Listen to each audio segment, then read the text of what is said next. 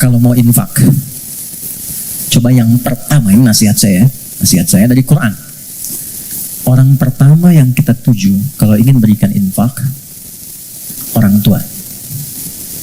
Siapa? Orang tua. Berikan yang terbaik yang mampu kita persembahkan. Itu ada di Quran surah kedua ayat 215. Yas'alunaka madza yunfiqun. Mereka banyak berkonsultasi, bertanya pada Muhammad apa yang harus diberikan kalau pengen infak. Dijawab oleh Quran dengan dua jawaban. Qul ma anfaqtum min khair. Katakan kalau ingin infak, kaidah pertama yang terbaik. Bisa. Anda beli mangga 5. Ibu masih ada. Berikan yang paling besar, yang paling bagus, yang terbaik itu buat ibu. Kalau mau dibagi. Contoh aja. Kemudian lil walidain. Urutannya kalau ingin diberikan satu yang pertama orang tua. Belakangnya nanti ada 4 lagi. 5 golongan utama. Wal aqrabin, kerabat terdekat. Wal yatama, orang-orang yatim. Wal masakin, orang-orang miskin. Wabnis sabil, orang yang kesulitan di perjalanan. Tapi yang pertama orang tua. Jadi teman-teman, kalau orang tua masih hidup, apa yang bisa dipersembahkan walau tidak diminta. Sedang ada masalah misalnya kan, mohon kebaikan pada Allah, bikin makanan datang pada orang tua, minta doanya. Ini sederhana tapi dalam, minta doanya. Ada kitab namanya Al-Adabul Mufrad karya Al-Imam Al-Bukhari. Dikisahkan seorang berkonsultasi pada Ibnu Abbas radhiyallahu taala anhuma, pengen taubat, dosanya banyak. Apa jawab Ibnu Abbas? Ibu masih ada nggak? Ada katanya. Udah, pulang aja, berbakti pada ibumu. Sayangi ibumu, buat beliau merasa senang terus. Nanya lagi orang ini, kenapa mesti ibu? Kata Ibnu Abbas, saya tidak pernah mendapati di Quran dan keterangan Nabi yang terbaik dari bakti kepada ibu untuk mengentaskan semua masalahmu. Dan ibu nggak ada batasnya.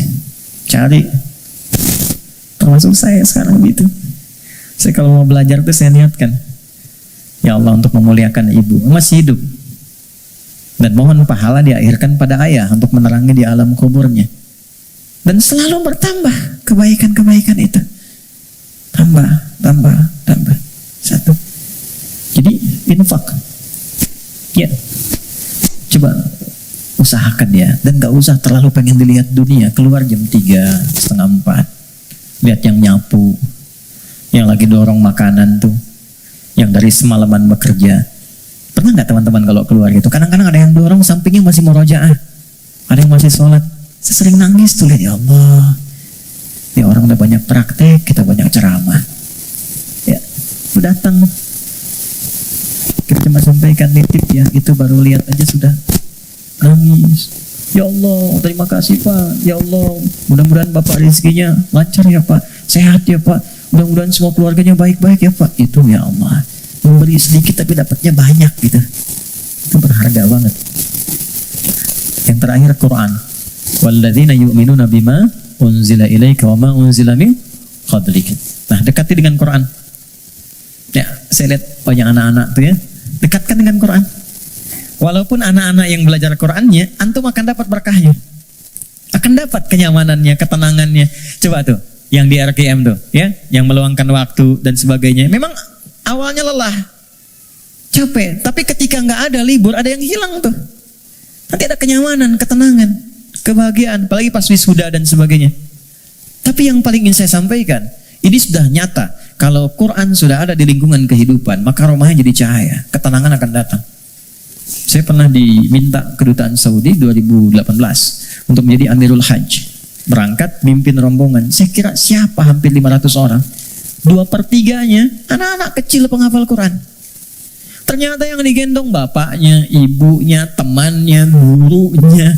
Yang hafal Quran anaknya, bapak ibu yang nabung bertahun-tahun, puluhan tahun, nggak keluar itu dan kuota nggak dapat, itu berkahnya lewat anaknya. Ada di Jakarta itu di Kemang, disebut nama lah. Ada Fitra namanya. Orang mengatakan terbatas. Bicara lambat, pergerakan, nggak bisa jalan, ya normal begitu. Tapi dia menghafal Quran. Setoran. An-Naba berapa ayat? Yang paling menarik, Allah titipkan dapat hadiah umrah, berangkat dengan ibunya. Ibu udah nabung, udah segala rupa, gak punya biaya. Demi Allah, sampai di Madinah, sampai di Mekah, dari sejak Madinah sampai tawaf di Ka'bah itu di Mekah, ibunya gendong anaknya. Padahal sudah kami kirimkan santri dan juga mutawif untuk gendong itu. Ibunya nolak, enggak. Bu, ibu kan yang mengandungnya, udah bawa dia. Kenapa sekarang masih digendong juga? Justru saya bersyukur kepada Allah dengan adanya fitrah ini. Dialah yang telah membawa saya ke sini. Maka biarkan saya menggendongnya sebagai syukur saya kepada Allah. Ya. Jadi jangan melihat anak Anda punya kekurangan. Gak ada, anak itu semua istimewa. Jangan lihat fisiknya. Jangan lihat perilakunya. Ada keistimewaan yang Allah titipkan di dalamnya. Boleh jadi keberkahan itu di anak Anda. Solusi itu di anak Anda. Bukankah Anda kadang punya masalah lihat anak jadi tenang lagi? Pulang dari kantor lihat anak merajaah, anak menunggu, anak memanggil, Anda ceria lagi. Dekatkan mereka dengan Quran. Gak ada yang paling indah kecuali Anda pulang dari pekerjaan. Dibuka, anak Anda yang 4-5 tahun tiba-tiba mengatakan amma yatasa'adun anin naba'il azim. Anda lihat dari belakang. Demi Allah, kecuali Anda mengejarnya, nunggu di belakang, Anda peluk dia dan keluar air mata itu. Gak ada yang paling indah. Dan itu mahal. Apalagi ketika anak Anda telepon, "Papa." Dia gak bisa berkata-kata. "Kenapa, Nak?" "Aku telah selesai hafalan 30 juz." Udah, kontrak sebesar apapun gak akan bisa membeli itu. Jatuh Anda sujud, kharru sujada, sujud. Takwa itu simpel. Takwa itu sederhana. Wabil akhirati hum yuqinun. Jangan larut dengan masalah dunia, ya, sehingga menjadikan Anda meratap dan Anda tidak move on dengan kehidupan berikutnya. Ini sebentar, bukan cuma Anda yang punya masalah, orang lain punya masalah juga. Apakah kebahagiaan yang banyak di masa lalu menjadikan Anda lupa dan habis dengan kesulitan yang hanya sekejap di masa kini?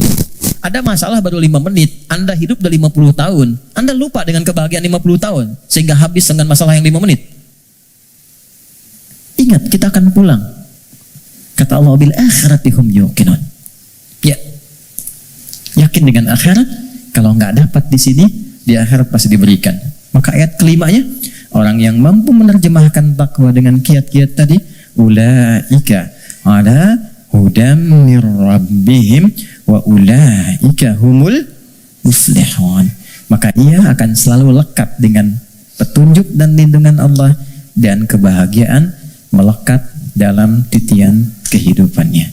Maka kita teruskan, kembalikan, dan kita akhiri dengan Quran surah ke-65 di akhir ayat kedua, di awal ayat ketiga yang sudah dibalik tadi di belakang. Yang kita katakan, wa may yattaqillaha yaj'al lahu makhraja. Semakin takwa ditingkatkan, salat naik, infak bertambah, kepada orang tua baik, Quran ditambah, sehari 1 ayat jadi 10 ayat, 1 halaman, 1 juz. Yakin dengan akhirat, yaj'al lahu makhraja. Terakhir, wa yarzuqhu min haitsu la yahtasib. Bahkan nanti pada titik tertinggi, rezeki pun Allah antarkan tanpa sulit dia mencarinya. Sekejap datang. Saya tutup, wa may yattaqillaha yaj'al lahu min amrihi yusra. Kalau sudah semakin tinggi takwanya, maka diringankan semua ujian hidupnya. Bukan gak punya masalah. Ingat, bukan gak punya masalah. Tapi setiap akan dialami, diringankan dulu sehingga dia merasa seakan tak ada masalah. Padahal dia menghadapi hal yang sama. Ada 2 orang berhadapan dengan persoalan yang sama. Yang satu nggak ada masalah, yang satu merasa sulit. Kenapa? Karena yang satu sudah mendapatkan keringanan dari Allah Subhanahu wa Ta'ala.